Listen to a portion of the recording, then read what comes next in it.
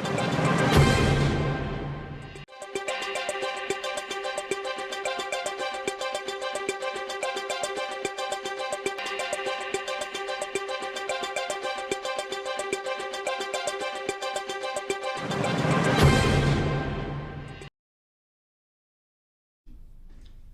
and welcome to the news at Haske TV. My name is Farita with the bulletin.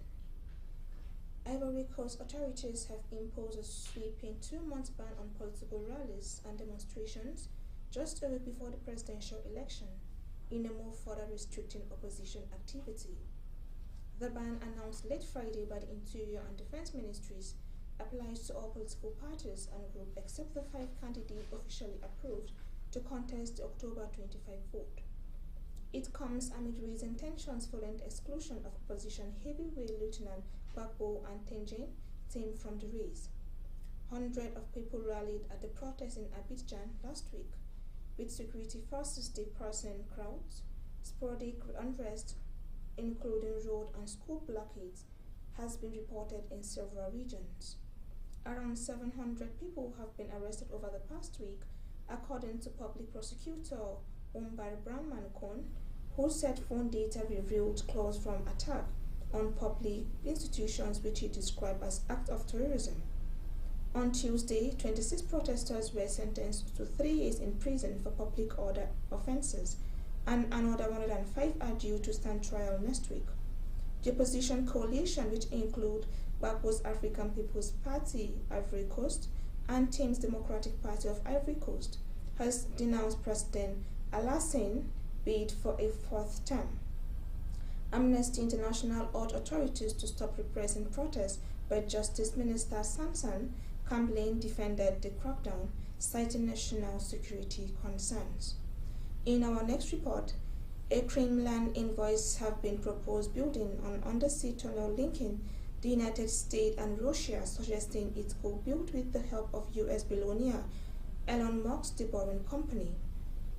Kremlin investment invoice Kremlin Mistriv said that 112-kilometer railway and cargo link between Siberia and Alaska would unlock joint resources exploration between the two countries.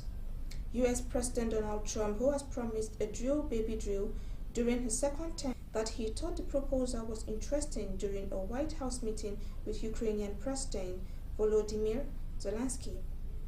During their meeting, Trump turned to Zelensky asking for his thought on the tunnel. The Ukrainian leader responded that he was not happy with this idea. Mitriv, who was also the CEO of Russian Director Investment Fund, has also suggested that the U.S. could join Russia and China in joint hydrocarbon projects in the Arctic, referring to expanding drilling for oil companies. In our next report, Pakistan has launched air attacks inside Afghanistan, killing at least 10 people and breaking a ceasefire that has brought 2 days of relative calm to the border after an intensive period of bloodshed. The 48 trees posed nearly a week of bloody border clashes that killed dozens of soldiers and civilians on both sides.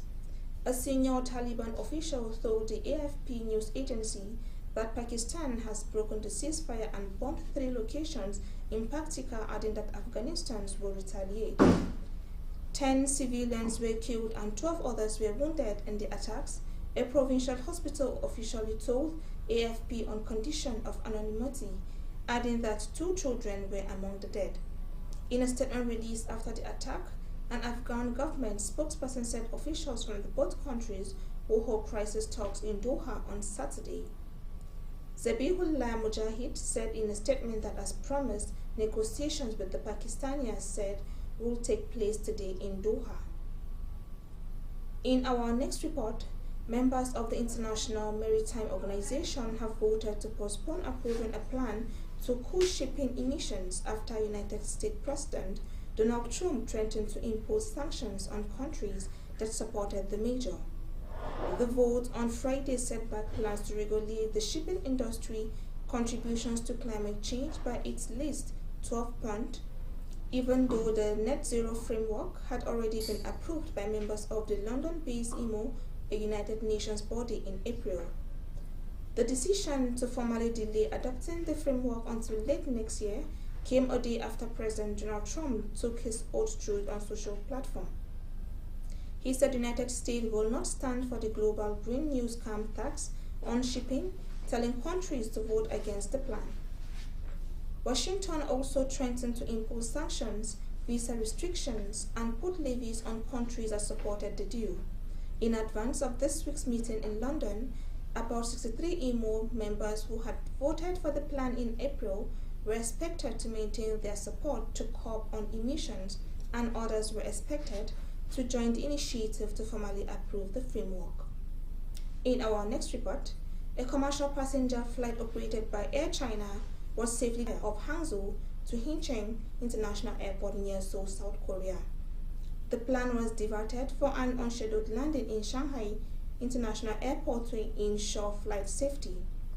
Red flames were seen coming from an overhead storage compartment in an image taken by passenger and published by a state-affiliated domestic media outlet.